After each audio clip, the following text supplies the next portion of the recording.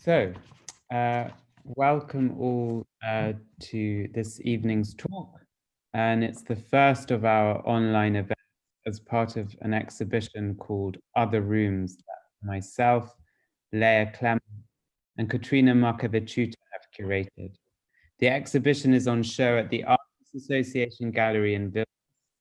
And in brief, the exhibition was developed out of close conversations that we all had together about structural support and care.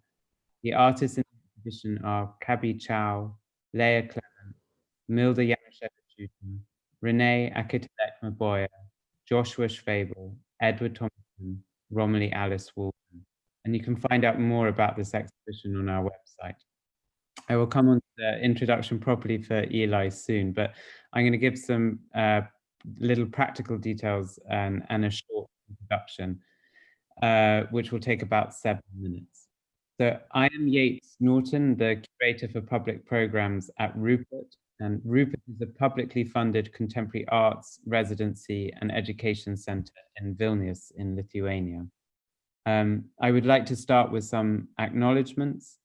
Thank you to the Lithuanian Council for Culture, the Creative Europe program of the European Union, which has funded a 2-year project called Who Cares, of which Rupert is part, and has supported this program this autumn. I'm very grateful to the other partners in this program, which are Space UK, Identitas, Grey Area, and Centro Huerta. Thank you too to the Vilnius Municipality, Artists Association Gallery, the Lithuanian Artists Association, and of course, all the artists in the exhibition and my colleagues at Rupert. And I would like to thank Chuck Hayes, too, who is doing the live captioning. If you have a question for Eli, please ask them in the chat section of the of YouTube. And there's also a link to a feedback form, which is anonymous, and we'd be very grateful if you would fill it in. It will help us develop these programs and learn a bit more about what we can improve online. I think for many institutions, this is an experiment doing our programming online. A brief note on the public programs of which this talk by Eli is part. So this year, the programs are guided by questions and practices of care and interdependence, particularly from the perspective of disability rights, justice, activism, arts, and scholarship. And the program started out a conversation with our residents like Leah Clements, who co-curated the exhibition with us, Sophie Hoyle, Rebecca Vaughan, and Abney Doughty, just to name a few, and my dear friend David Rubain, who spoke as part of our programs this year and last. The programs were developed to make space for an ongoing public conversation about access, care, and interdependence. And they are certainly an opportunity for us working at Rupert to learn as a team. We moved these talks online during the pandemic, and it has been an interesting opportunity to have the chance to listen to speakers from different parts of the world and from diverse backgrounds. And all these speakers share something in common. They have all challenged the pervasive idea that individualism and competition are paths to success, where success is narrowly defined as the competitive edge one individual has over another. This idea of individualism and competition says that in order for me to succeed, someone or something else has to fail. And it's a miserable ideology. It is one that does not recognize that basic and intrinsic fact of living, that we are all interdependent. That is, that we exist in complex, entangled webs of mutual reliance, responsibility, and support.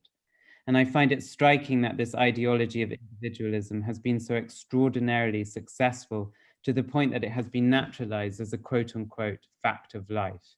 If there's one thing this pandemic has done, it is to expose what a lie that is.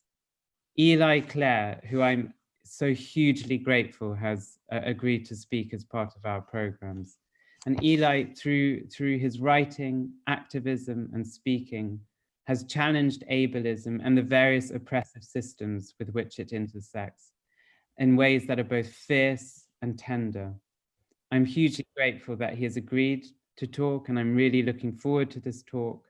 And in particular, because Eli has articulated the complexity of our lived experiences, while also breaking down the lies of oppression. His writing and poetry that you can see in his books of creative nonfiction, such as Brilliant Imperfection, Grappling with Cure, and Exile and Pride, Disability, Queerness and Liberation, and a collection of poetry, The Marrow's Telling, Words, Emotion. All these texts and also all his talks that I have listened to have insisted on what he calls the messy middle, the shadowlands between rigid binaries, always asking, to quote Eli, questions repeatedly, turning them over and over, placing them side by side, creating patterns and dialogues. His perspective is one that insists on sustenance and nourishment through curiosity, care, and intimacy. It is one that refuses the brutal simplicity of that competitive narrative that only has winners and losers, isolated individuals and lonely conflicts. His is a perspective that speaks instead to a life of hope, imagination, and interdependence. Ila, I'm very happy that you're speaking with us and for us, and that we can share your voice here. And thank you so much indeed. Thank you. Hello, everyone. I'm really delighted to be here. I'm coming to you from Burlington, Vermont, in the US. I am going to be talking and reading today about disposability and how many marginalized groups of people, including disabled people, are seen as disposable, and that disposability has been brought to the surface in extraordinary ways by the pandemic. So I'll be talking about disposability and about disabled brilliance, but this idea that disabled people, rather than being disposable, are actually essential to the world. I want to start my reading by grounding these ideas in the pandemic moment we're in. So I'm going to begin with two poems that are new, that were written earlier in the pandemic, in the first couple of months of stay at home in the US. This first one is called May Day 2020. And of course, is a reference to May Day, which is both Beltane and this International Labor Day. May Day 2020. Yesterday, your words came in a burst. I cannot imagine a world without capitalism. And my heart shivered. I wanted to argue, quote Karl Marx, curl into a hollowed out redwood stump. In this time of epidemic, our doors closed, windows open, as we ward off virus and worry about death. Let us turn off the news, funerals doubling every 3 days. We who sing from balconies and play klezmer music on front stoops. We who check in every day over text, phone, Zoom, Skype, Facebook, FaceTime. How are your lungs? Can you make rent this month? Did you lose your job today? Are you hungry right now? Do you have enough insulin, estrogen, Prozac, Klonopin, blood pressure meds? We who drive across town to deliver saltines, fresh kale, chicken soup, half bottles of Tylenol, the last box of face masks, to ex-lovers and best friends. We who have always shared everything we had. We who keep each other alive. We who will be turned away from emergency rooms and denied ventilators. We who will never go to hospitals. We who will die, and we who will live. Wall Street is crashing. Cruise ships docked. World Bank panicked. Renters and Amazon workers on strike. It is time. It is time. It is time to listen to our grief and soothe our jangling nerves. We cannot afford to forfeit imagination. And of course, that was a very particular moment in the pandemic. Here in the US, Wall Street is no longer crashing.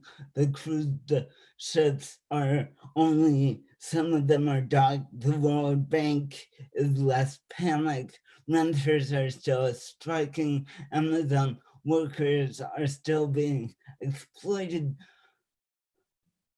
But this moment for the need to not forfeit imagination is still with us, that we need to hang on to imagination.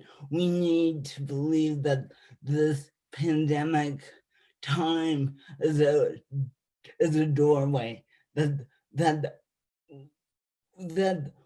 what I want for us is to not go back to whatever our normals were before the pandemic, but to use this time that makes, as Yeats said, makes the lie of independence so clear, that makes the lie of capitalism so clear, that makes the lie that we can create access by doing remote events so obvious. I want to choose this window so that when whatever we move into through the pandemic is different and better than before the pandemic. So one more poem written during this pandemic time called Heartbreak.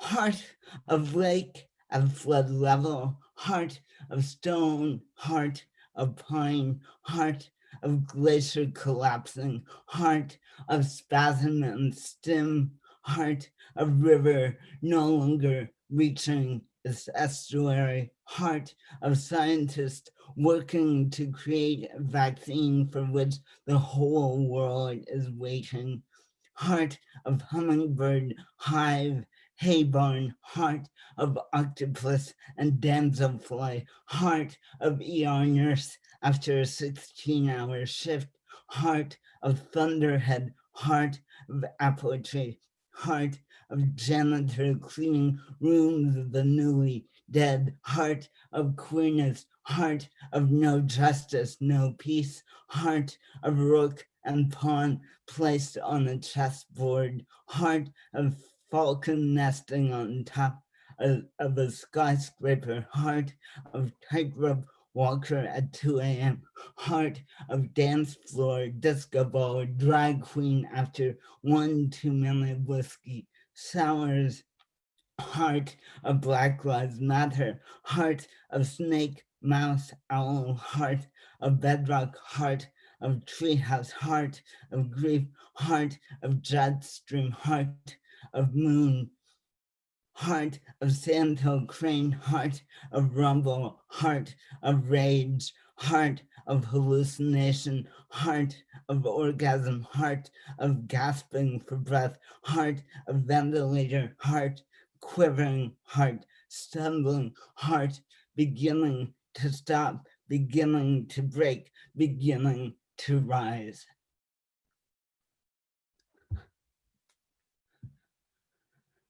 So from those two poems grounding us in this moment, I want to turn to thinking about cure and disposability. And these pieces I'm going to be reading now are from my recent book, Brilliant Imperfection, Grappling with Cure. This first one begins to tell the story of why I got so interested in cure, trying to think if there's anything you need to know about this piece. I think it's fairly self-explanatory. Called Prayers, Crystals, Vitamins. Strangers offer me Christian prayers or crystals and vitamins, always with the same intent: to touch me, fix me, mend my cerebral palsy. If only I will comply. They cry over me, wrap their arms around my shoulders, kiss my cheek. After 5 decades of these kinds of interactions, I still don't know how to rebuff their pity, how to tell them the simple truth that I am not broken. Even if there were a cure for brain cells that died at birth, I refuse. I have no idea who I'd be without my trembling and tense muscles, slurring tongue. They assume me unnatural, want to make me normal, take for granted the need and desire for cure. Strangers ask me, what's your defect? To them, my body-mind just doesn't work right. Defect being a variation of broken, supposedly neutral. But think of the things called defective. The MP3 player that won't turn on, the car that never ran reliably. They end up in the bottom drawer, dumpster, scrapyard. Defects are disposable and abnormal, body, minds, or objects to eradicate. Strangers pat me on the head. They whisper platitudes in my ear, cliches about courage and inspiration. They enthuse about how remarkable I am. Excuse me, I lost my place for a moment. They enthuse about how remarkable I am. They declare me special. Not long ago, a white woman wearing dream catcher earrings and a fringed leather tunic with a medicine wheel painted on its back grabbed me in a bear hug. She told me that I, like all people who tremor, was a natural shaman. And I'm not making the story up. I'm not confabulating details. I'm not even exaggerating it. I couldn't make this kind of crap up even if I tried. She told me that I, like all people who tremor, was a natural shaman. Yes, a shaman. In that split second, racism and ableism tumbled into each other yet again. The entitlement that leads white people to co-opt indigenous spiritualities, tangling into the ableist stereotypes that bestow disabled people with spiritual qualities. She whispered in my ear that if I were trained, I could become a great healer, directing me never to forget my specialness. Oh, how special disabled people are. We have special education, special needs, special spiritual abilities. That word drips condescension. It's no better than being defective.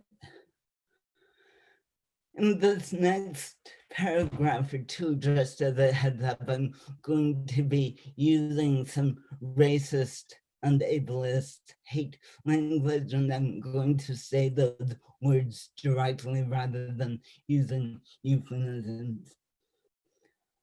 Strangers, neighbors, and bullies have long called me retard. It doesn't happen so often now.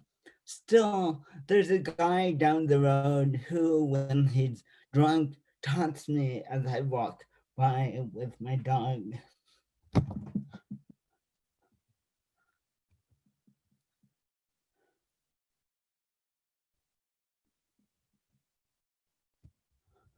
Oops, I'm missing a page. Hang on here. I will grab another. How did that happen? How embarrassing this, but bear with me.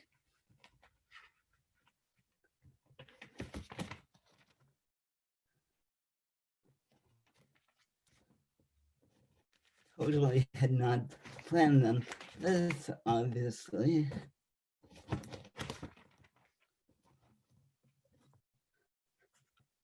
Okay, here I am.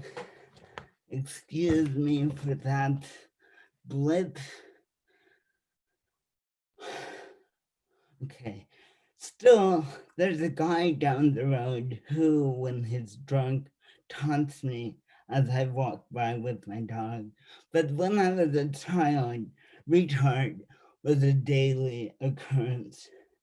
Once on a camping trip with my family, I joined a whole crowd of kids playing tag in and around the picnic shelter.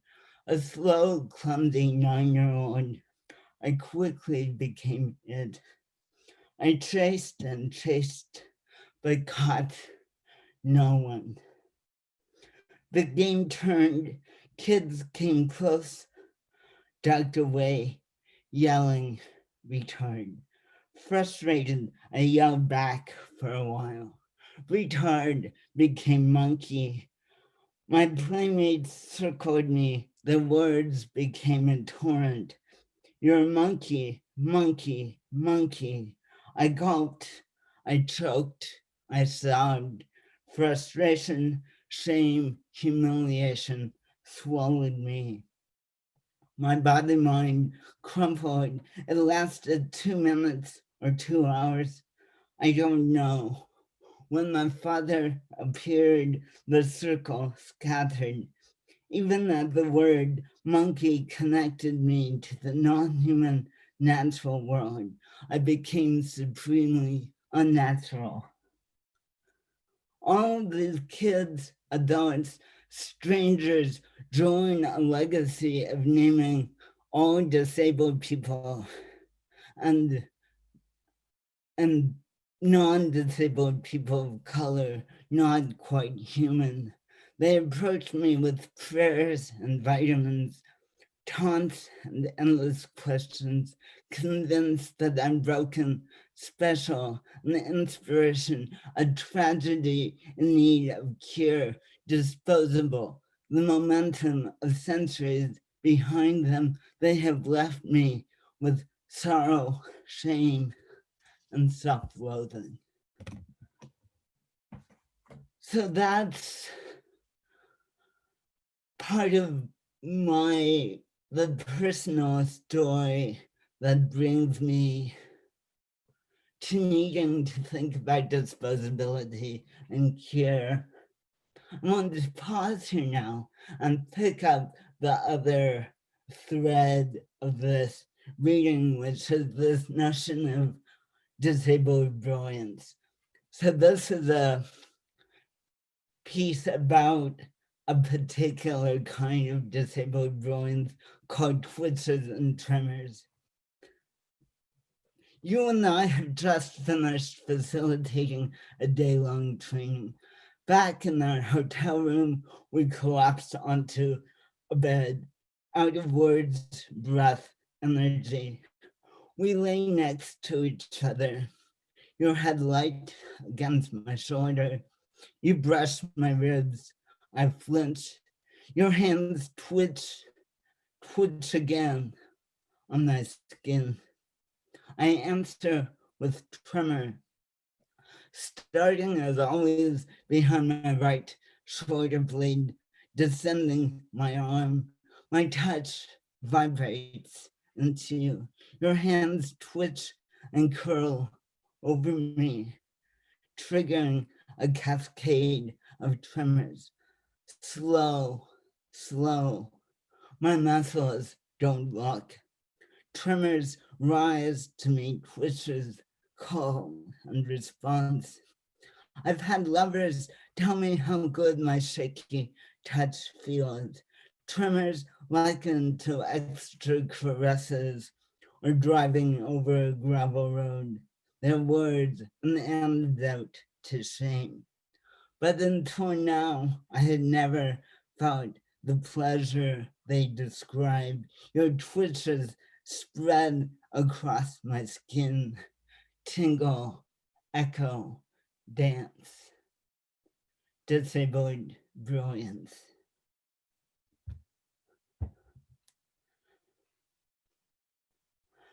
So I want to turn now directly to Keir.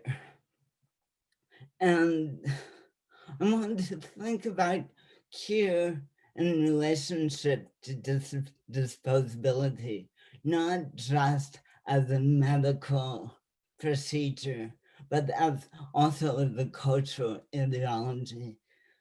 And this piece called The Restoration of Health begins to do that. As an ideology seeped into every corner of white Western thought and culture, Keir rides on the back of normal and natural. Insidious and pervasive, it impacts most of us. In response, we need neither a wholehearted acceptance nor an outright rejection of Keir, but rather a broad-based grappling. The American Heritage Dictionary defines Keir as, quote, the restoration of health, end quote. The three words seem simple enough, but actually health is a mire. I could try to determine who's healthy and who's not, acting as if there might be a single objective standard. And this, I want to pause here, that this becomes really important and fraught during this time of pandemic. Who's healthy, who's not? It's not to say that COVID-19 needs attention. COVID-19 is dangerous. COVID-19 is lethal. COVID-19 can create what looks like chronic illness. And yet during the pandemic, we're seeing how disabled people and people with chronic illness are being used over and over again as scapegoats and blaming disability and chronic illness for death. And so what I'm doing here isn't questioning the need to use medical technology to keep as many of us alive and protected from COVID-19. I'm not asking that. We need to use medical technology. This isn't an anti-vaccination rant. And at the same time, we need to dig deeply into this cultural ideology of Keir to make sure that we're not collectively considering some people disposable and other people worthy. I could try to determine who's healthy and who's not, acting as if there might be a single objective standard. I could struggle to clarify the relationship between health and disability. I could work as many activists and healers do to redefine health, moving toward a theory and practice that contribute to the well-being of entire communities. But then using the American Heritage Dictionary definition as a springboard, what I want is actually to move away from this mire altogether and follow the word restoration. To restore a house that's fallen down or a tallgrass prairie ecosystem that's been devastated is to return it to an earlier and often better condition. In this return, we try to undo the damage, wishing the damage had never happened. Talk to anyone who does restoration work, carpenters who rebuild 150-year-old neglected houses, or conservation biologists who turn agribusiness cornfields back to tallgrass prairie. They'll say it's a complex undertaking, a fluid and responsive process. Restoration requires digging into the past, stretching toward the future, working hard in the present, and the end results rarely, if ever, match the original state. Restoring a tallgrass prairie means rebuilding a dynamic system that has been destroyed by the near extinction of bison, the presence of cattle, and generations of monoculture farming and fire suppression. The goal isn't to recreate a static landscape somehow frozen in time, but rather to foster dynamic interdependencies ranging from clods of dirt to towering thunderheads, tiny microbes to herds of bison. This work builds upon knowledge about and experience with an 8,000-year-old ecosystem of which only remnants remain. Isolated pockets of lead plants, milkweed, bur oaks, and switchgrass growing in cemeteries and on remote bluffs, somehow miraculously surviving. The intention is to mirror this historical ecosystem as closely as possible, even though some element is bound to be missing or different. The return close but not complete. I circle back to the ideology of cure. Framing it as a kind of restoration reveals the most obvious and essential tenets. First, cure requires damage, locating the harm entirely within individual human body mind, operating as if each person were their own ecosystem. Second, it grounds itself in an original state of being, relying upon a belief that what existed before is superior to what exists currently. And finally, it seeks to return what is damaged to that former state of being. But for some of us, even if we accept disability as damage to individual body minds, these tenets quickly become tangled because an original non-disabled state of being doesn't exist. How would I or the medical industrial complex go about restoring my body mind? The vision of me without tremoring hands and slurred speech, with more balance and coordination, doesn't originate from my visceral history. Rather, it arises from an imagination of what I should be like, from some definition of normal and natural. So I want to take another pause and return to disabled brilliance. This piece is called Rolling, and to make sense of the piece, you need to know that in disability community, we often call, at least in the US and Canada, that we call people who walk rather than roll walkies.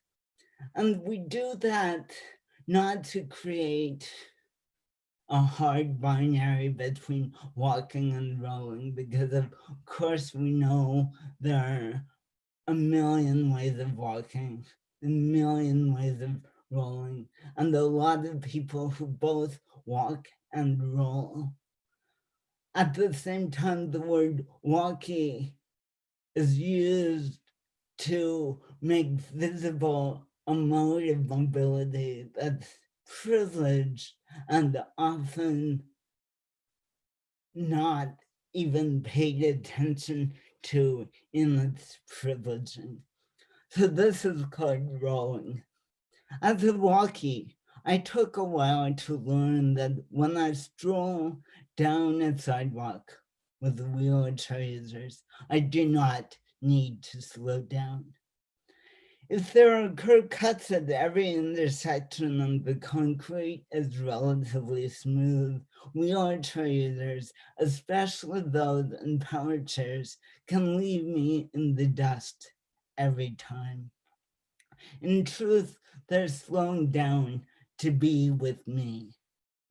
At disability gatherings, when manual chair users become tired or have difficulty with the steep incline, they're not likely to ask walkies for a push. Rather, they'll ask the power chair using friends for a hitch, grab a wheelchair handle, and zip away on a train of two, leaving the walkies far behind. I don't mean that rowing is better than walking, just that walking has long been overrated. Disabled brilliance.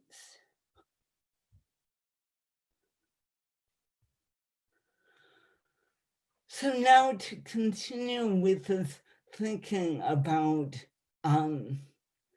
devaluing of disabled people and about disposability, I want to read this piece called Cautionary Tale. In the piece, I talk about an environmental campaign from the organization Sierra Club, which is a very big, very well-known, very long-standing environmental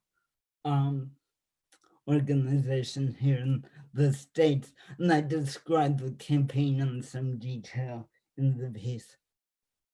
So this is Cautionary Tale. You and I meet at the disability community event. We end up in a long conversation about shame and love.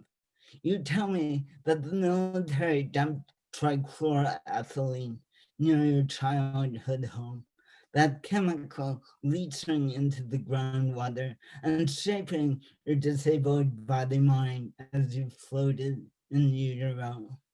When you talk to people about this pollution and its impact, they most often respond with pity, turning you and your wheelchair into a tragedy.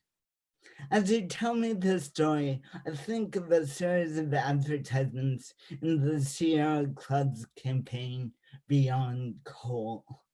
In one, the tagline reads, quote, asthma, birth defects, cancer, enough, end quote, superimposed over a looming smoke belching power plant.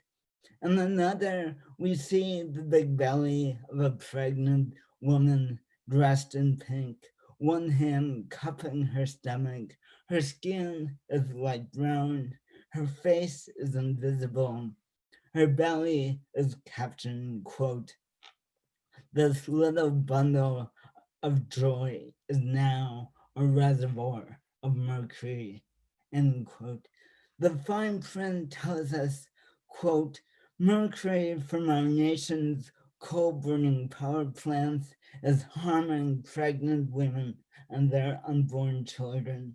Mercury is a powerful neurotoxin that can damage the brain and nervous system, causing developmental problems and learning disabilities. End quote. To persuade their viewers that these plants need to be shut down, both ads use disability to make an argument about the consequences of environmental destruction. There's so much to pull apart here about gender and race. The second ad relies on stereotypes about femininity and the supposed vulnerability of women and children.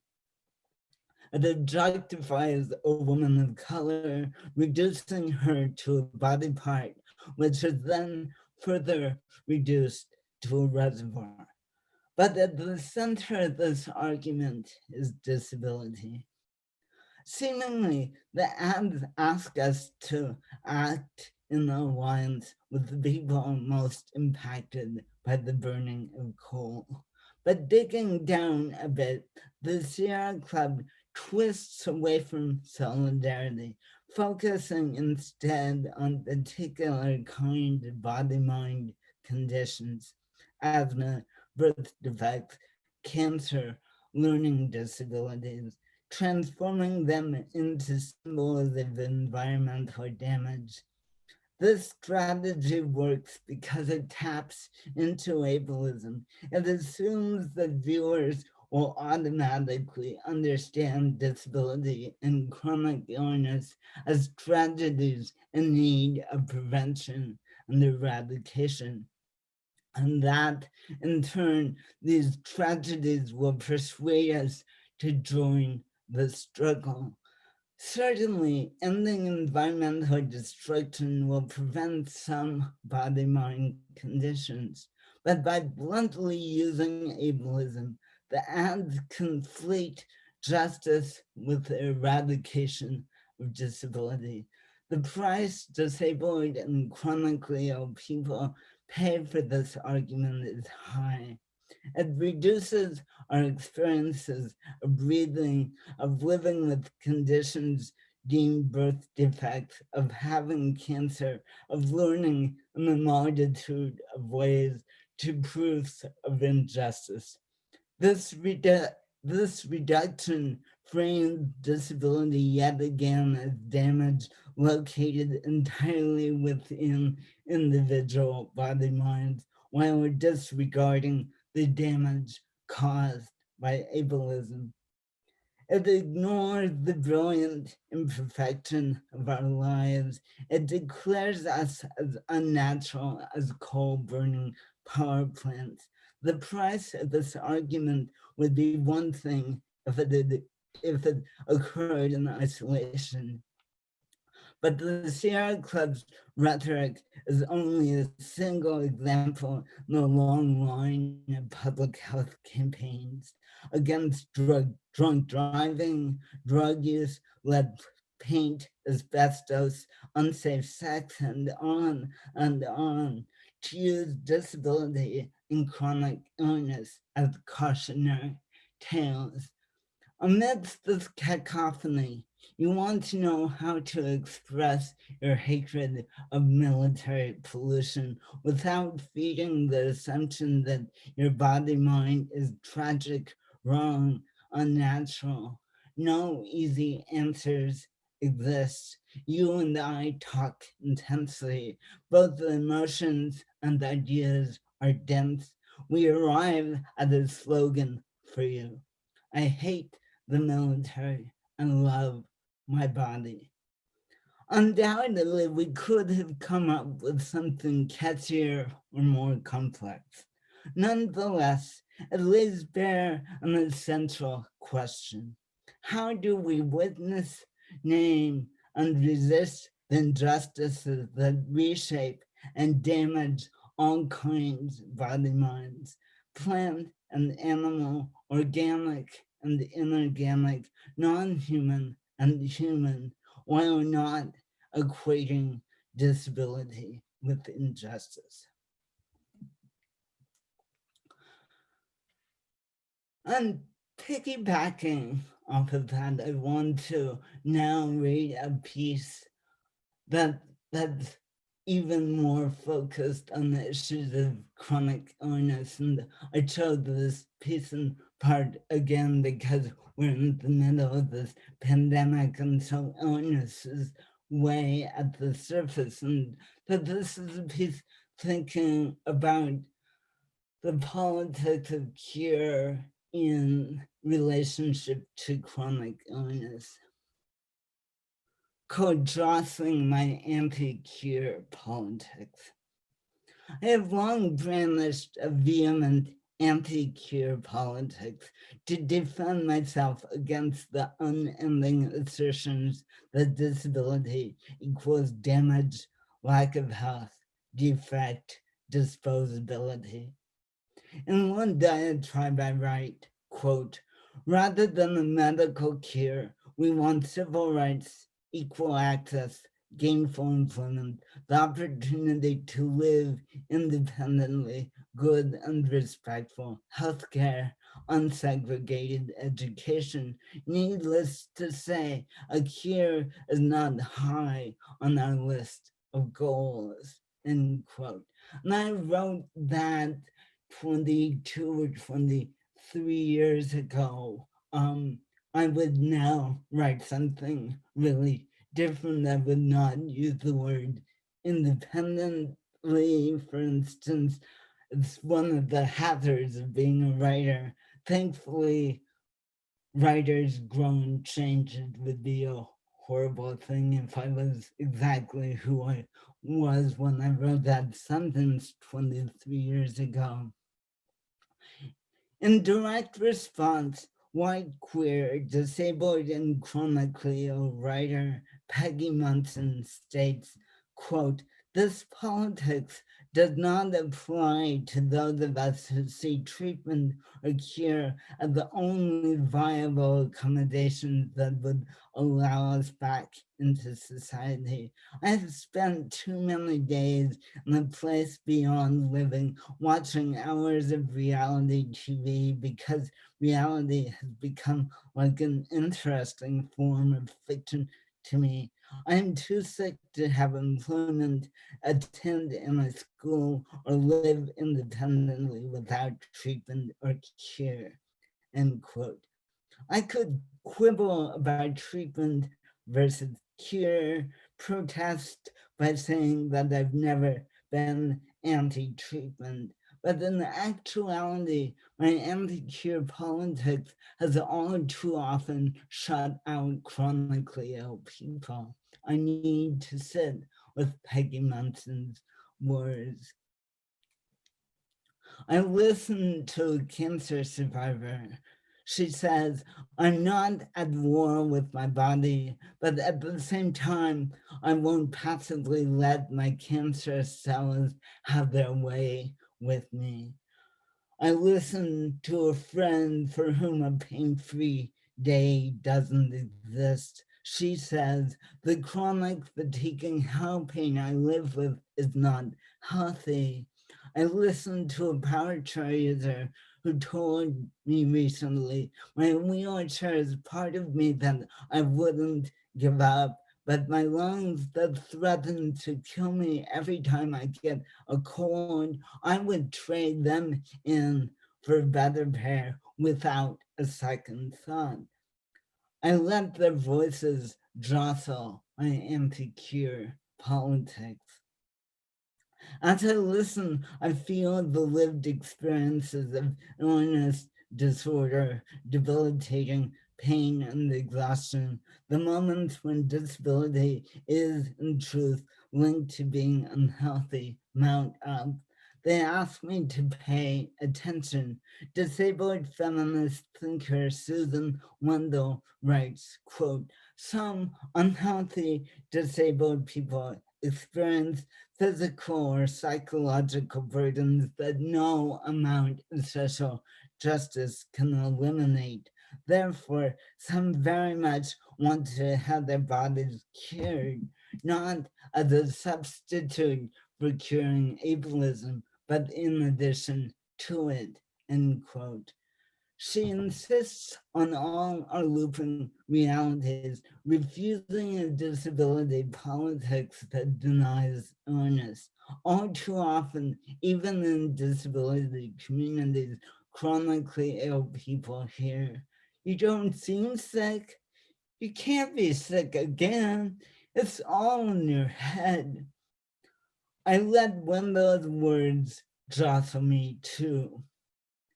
Amidst these voices, I think again about the Sierra Club ads, which, while leveraging ableist fear, also make important connections between environmental destruction and illness.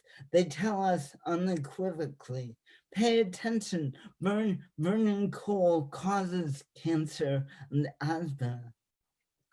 Frustratingly, in its current form, this environmentalist message also transforms illness into a symbol.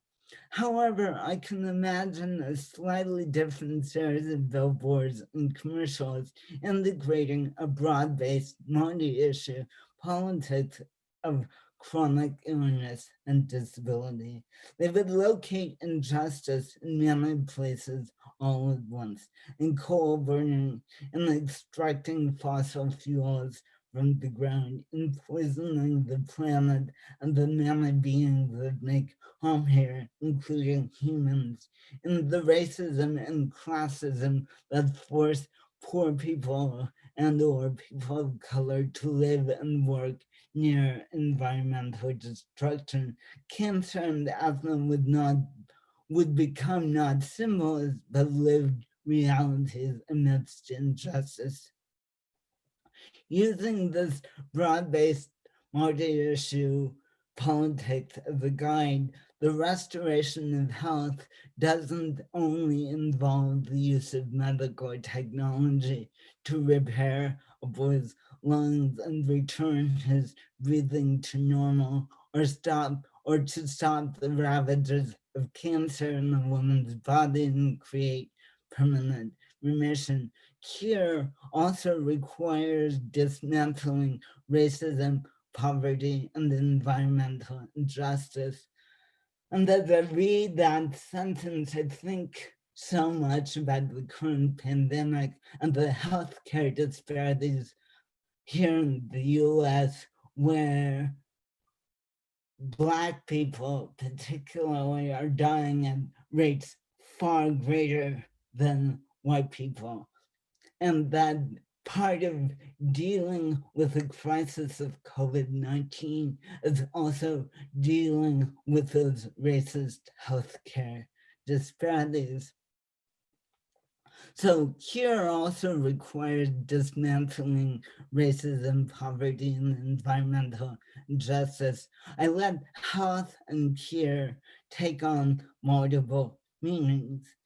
At the same time, in a world saturated with ableism, it's difficult to acknowledge the connections between disability, chronic illness, and injustice, while also holding on to the inherent value of disabled and chronically ill people.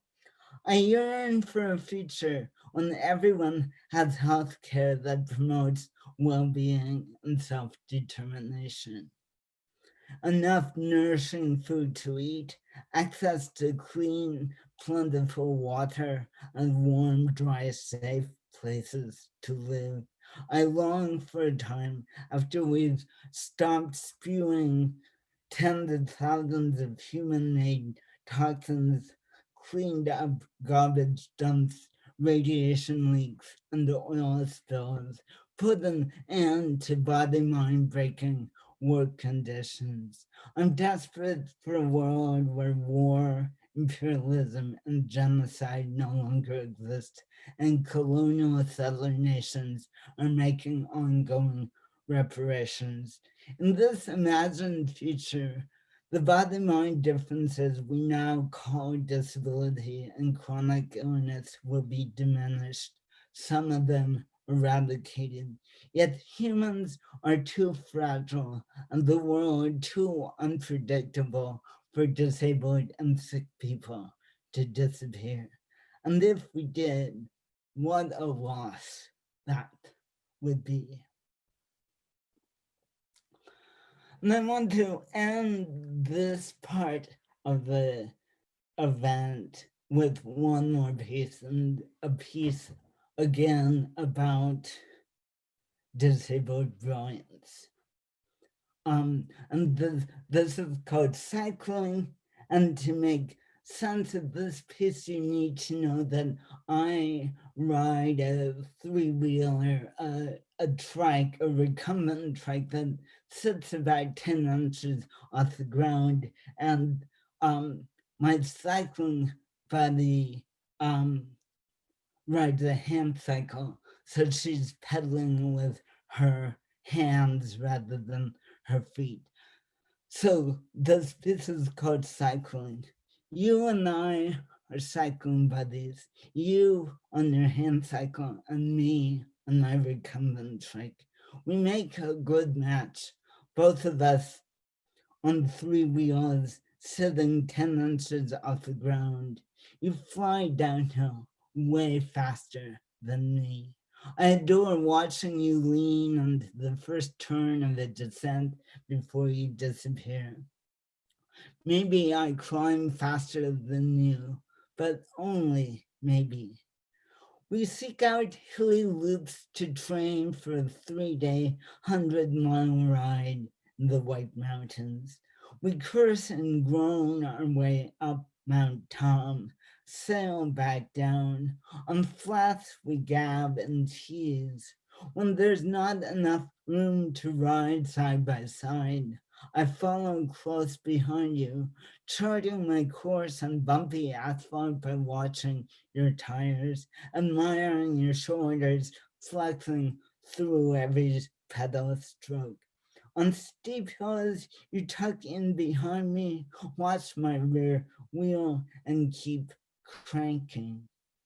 When we're in the White Mountains, climbing the Kangamangas, 350 meters of elevation gain the last 6.5 kilometers. You'll slide behind me and we'll ride together. Quiet except for the creak of your hand cycle and the wind whipping around us. Those 6.5 kilometers will take us well over an hour. There'll be no pity, no tragedy, no standing ovation, no over-the-top inspirational human interest stories in the local paper. Just the two of us moving slowly and steadily, defying gravity. Disabled brilliance. Thank you.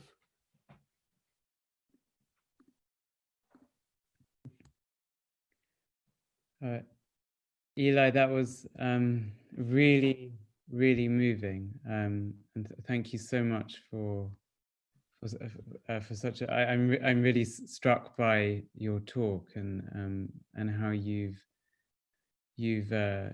think you've really shown us how we can put attention on what we overlook because of oppression, and also how you've shown us the importance of listening, of sitting with difficulty and being jostled. You said, I let myself be jostled, being affected and having this attention and holding on to wonder and curiosity as a path to care. And also, I think most importantly is how you hold a delicacy of this touch and intimacy within these huge systems of oppression, whether it's ableism or racism, environmental degradation or poverty. And it's a very touching and important thing to listen to. So thank you so much, Eli. I hugely appreciate it. That we have some comments and some questions and one of them is where can we read the poems that you read out? Are they from your collected anthology? No, the two poems I started the reading with are very new poems. Both of them still unpublished. One of them will appear next spring in the Southern Atlantic Quarterly in April, I think. The other one, Heartbroken, isn't yet placed anywhere. And we have comments also saying, thank you so much for such a beautiful talk, and from an artist, Gabriela Gebeskaita here in Lithuania, who says, thank you very much for sharing your thoughts. It's so important to discuss from less able people's perspective. And from Samantha Lippett, I keep thinking about the text, when the sick rule the world. And we have a question from David Rubain that was sent to me. So David, as you may know, Eli, started the program this year in a talk with Rahila Gupta. And David says, I love the way you seek to reconcile the sometimes difficult personal impact of impairment, whilst requiring and demanding that we focus on ableism and oppression. Can you say more about your own journey in understanding this?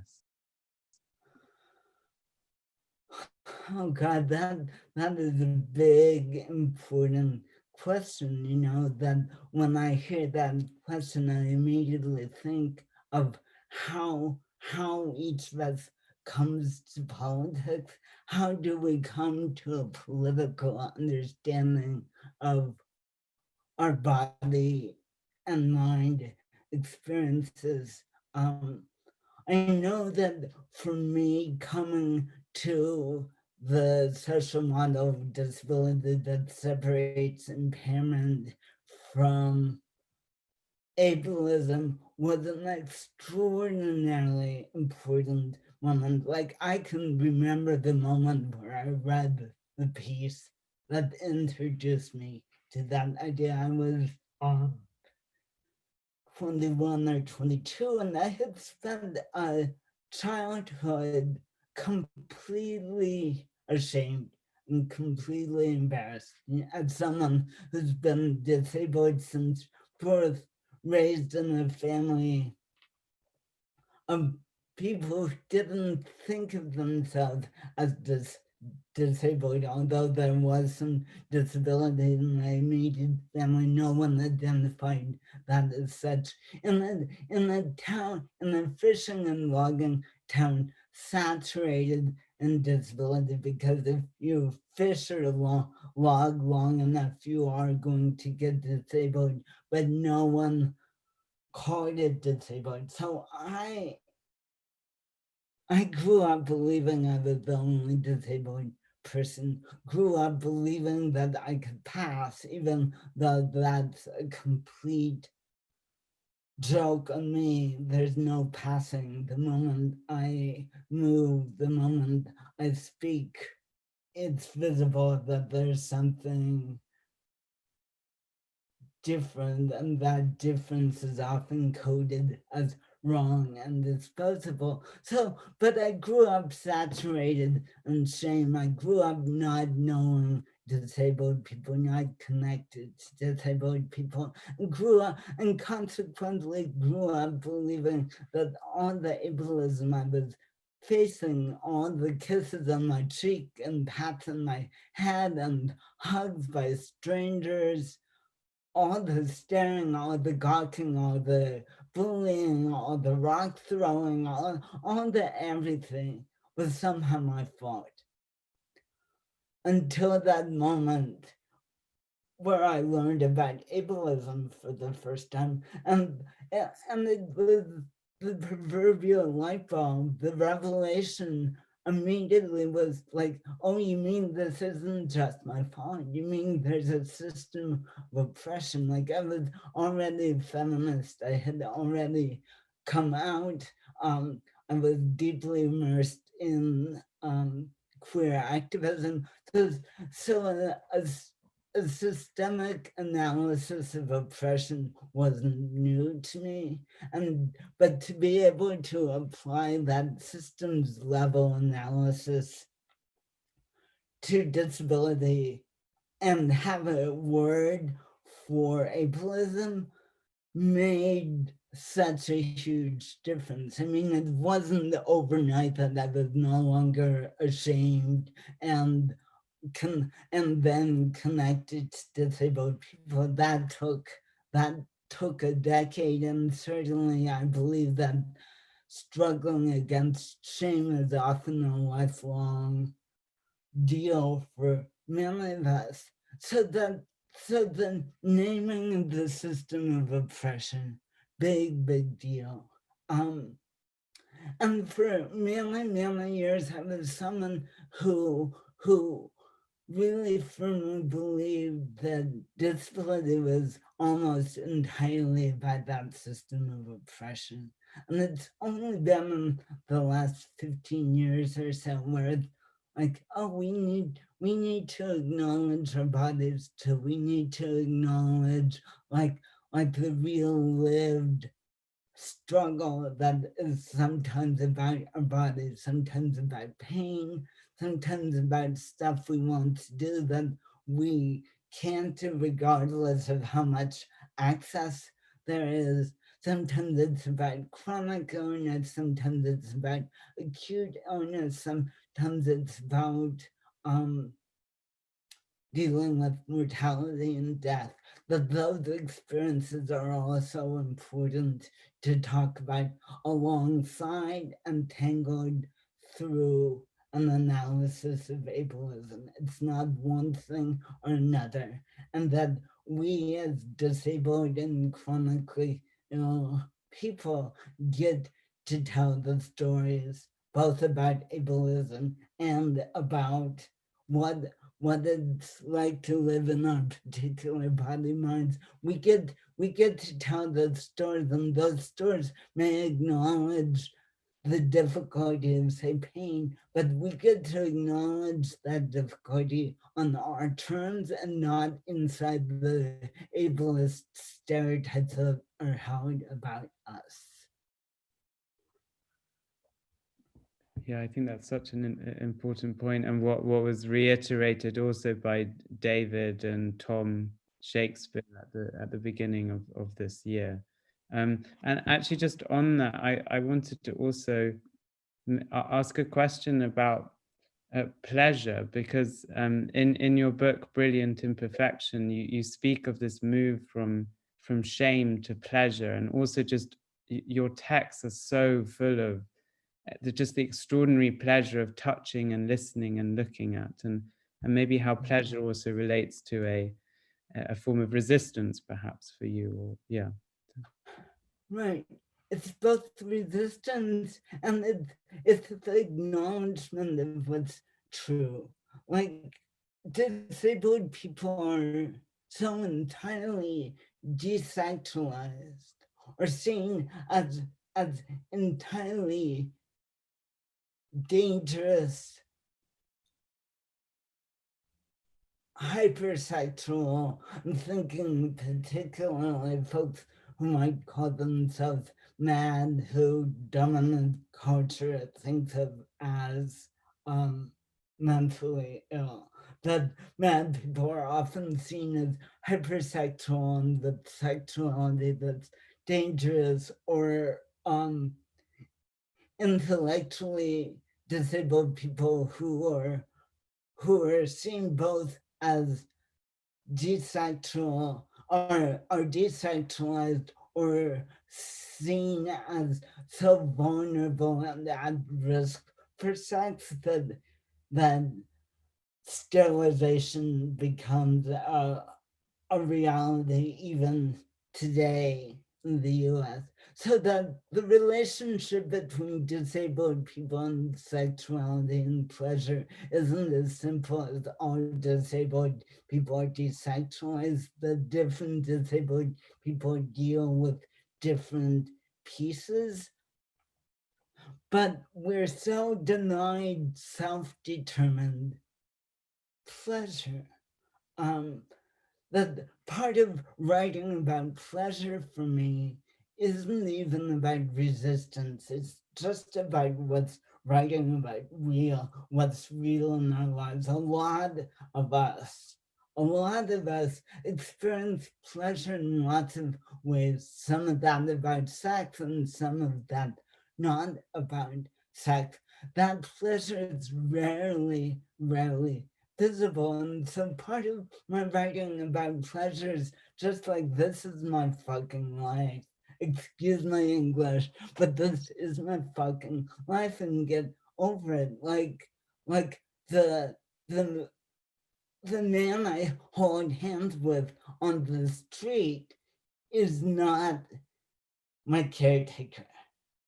He does a lot of care for me, and do I him, but he is my long-term lover and partner, and get over it. And 90% of the time he and I are seen as cripple and caretaker on the street, to the point, because that gets painful after some time. We talk about disability privilege or CRIP privilege, CRIP being reclaimed language in disability community, because he and I get to hold hands in places where public displays of affection between men or people perceived as men, because I'm trans and not man.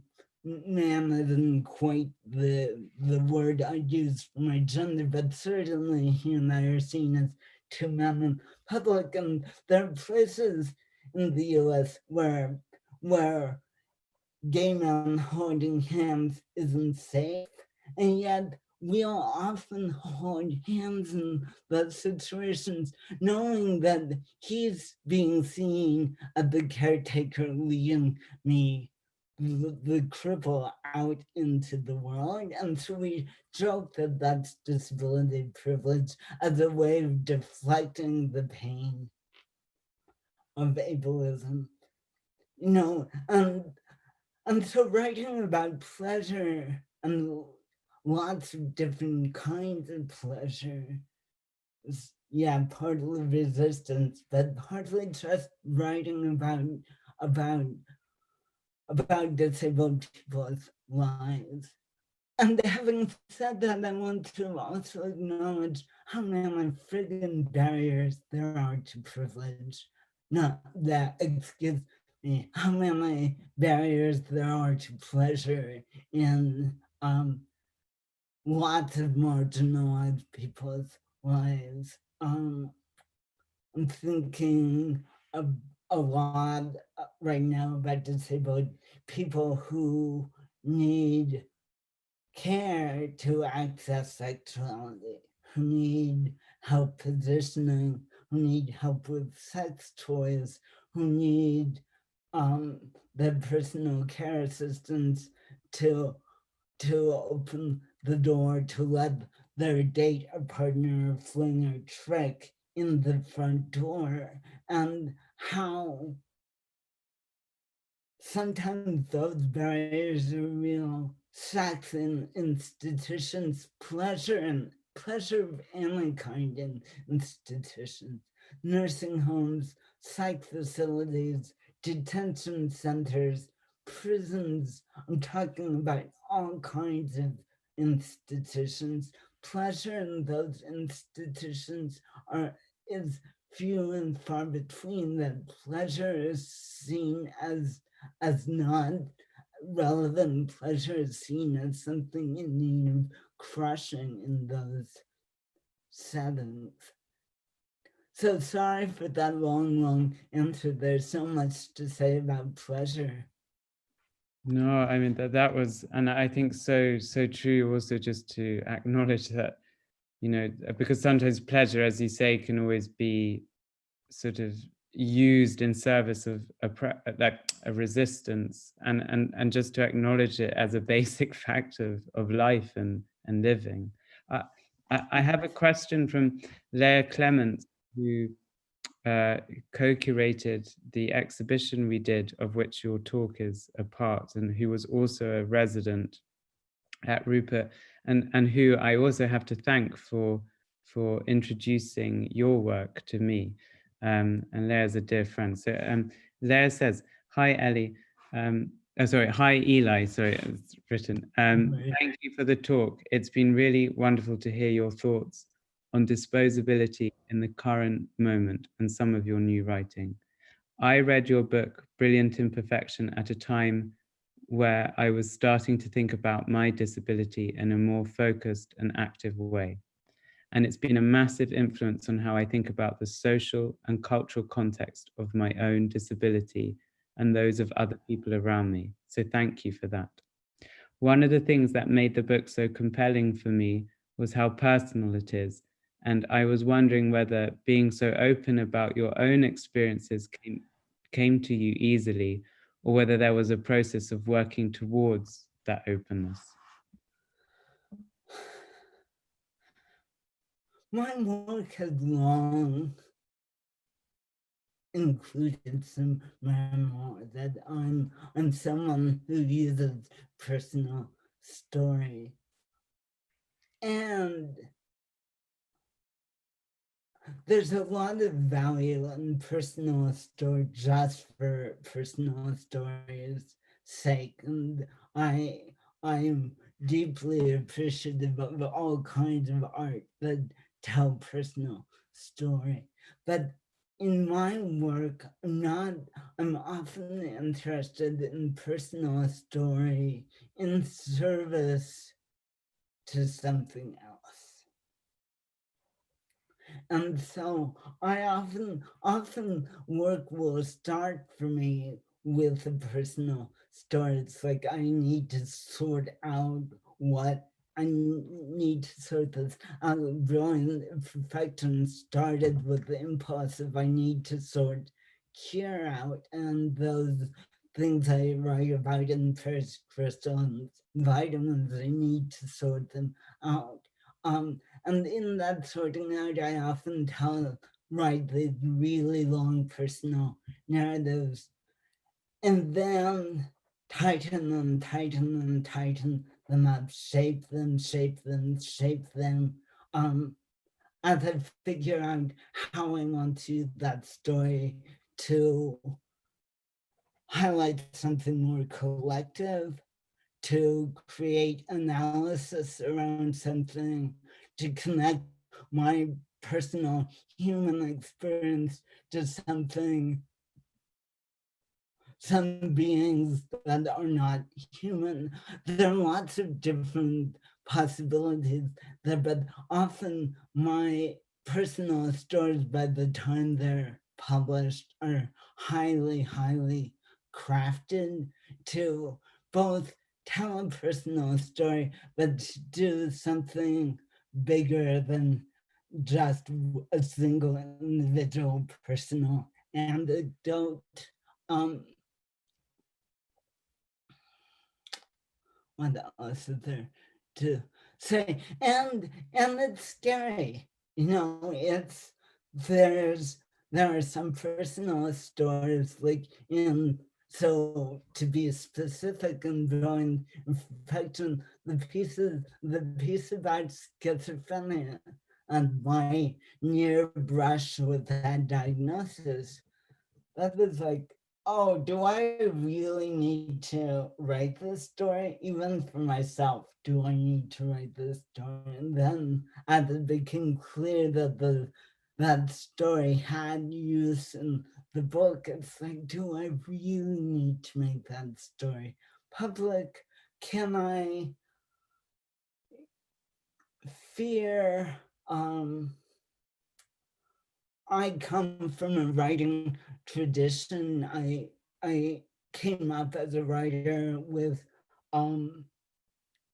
feminist writing, particularly the writing of women of color, mostly, many of them, not most of them, but many of them lesbians. And one of the truisms in that network of writers from the late 70s to the late 80s or early 90s, one of the truisms is where there's fear, there's also power. So I've learned that when I found a story that I'm afraid to tell, I need to move toward that story because there's power there. I often don't know what kind of power. I often don't want to, but I've learned that I need to move towards that fear. I also write in multiple drafts, so that piece about schizophrenia in Brilliant Imperfection went through 10 or 11 or 12 drafts. I write prose as if I'm writing a poem. I started my writing life as a poet and wrote nothing but poetry for 15 years before I started writing prose. And so language and the way language sounds together and how metaphors working and how to pull a metaphor through an entire piece, all that's really important. And so I write prose as if I was writing a poem, which makes it agonizingly slow. But it also means that the stories I'm telling get highly crafted during that drafting process. Actually, that also relates to, some questions also about writing and poetry for you, because it's you write so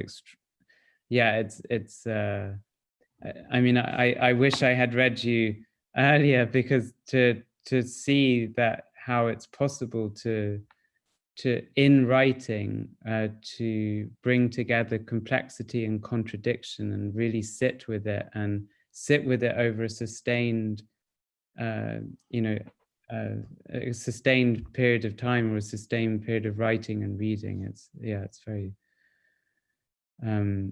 I think it teaches us a lot. As I said at the beginning, because we tend to think, at least in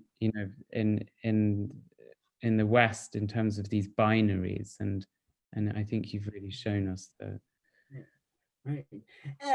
And yet for me, that penchant I have for complexity and contradiction, I will often mid drafting, like and draft 3 and 4 and 5, as I'm struggling to put stuff together, to find connection, to find the pivot points, to find the knots, to find the tangles, to let those tangles become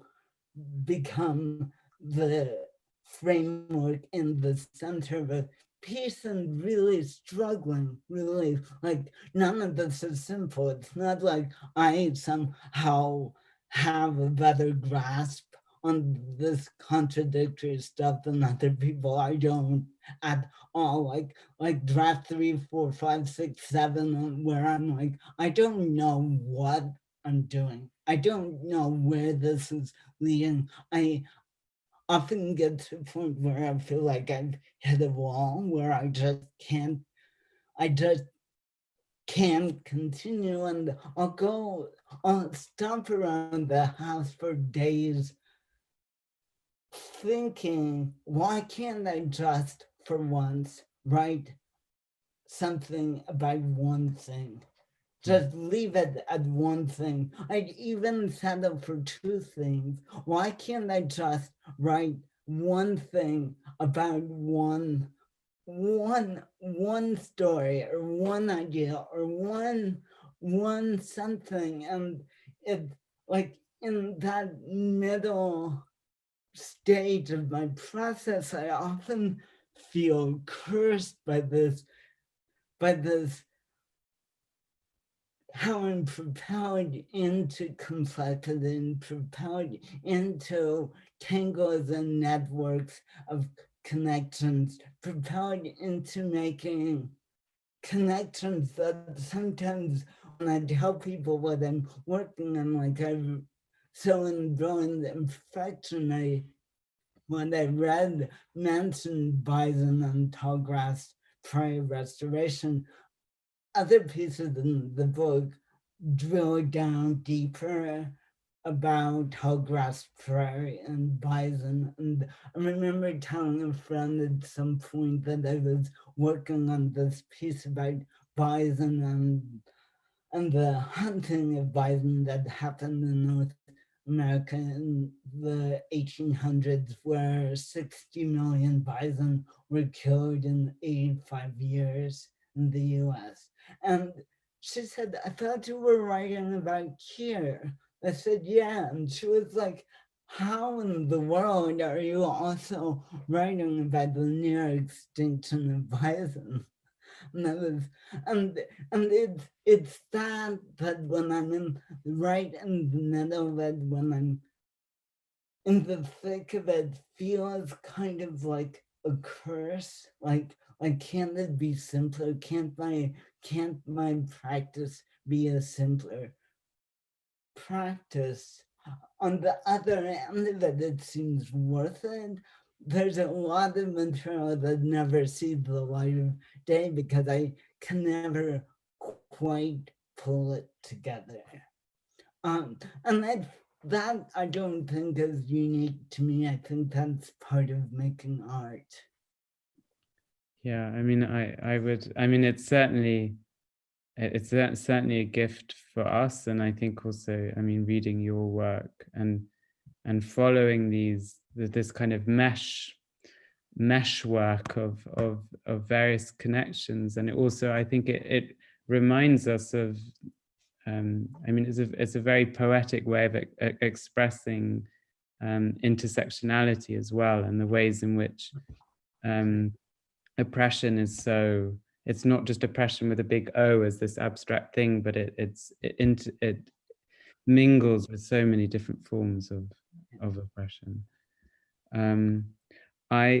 There are many comments just saying thank you and how wonderful the talk is, and also some relations to other artists as well, which I could send to you. I'm aware of Chuck's brilliant live captioning, and to give Chuck a bit of a break, I think we will end here. But Eli, thank you so much for, I mean, I could listen to you forever and ever and read your texts, and it gives me, and I know so many people, so much nourishment and hope. So yeah, thank you so much. Well, thank you so much for having me. Thank you for all the labor that has made this talk and this exhibition possible. That art is so art is important, right? Let's just say, coming from a country where art is not seen as important and public funding of art practically doesn't exist, art is important. And the art right now, in this time of isolation, becomes even more important. You know, Audre Lorde, one of the people I came up with, writers I came up with, I didn't know her. Writers I came up with talks about poetry is not a luxury. And I've come to know that art in general is not a luxury. Art is what predicates our dreams. Art is what art is part of what imagination is built on. It's the foundation of imagination. And without imagination, we're not going to find the world of liberation that we need to find. That's an incredibly beautiful note to end on. And actually, I wanted to ask about imagination, and you just articulated exactly. Yeah. a beautiful answer.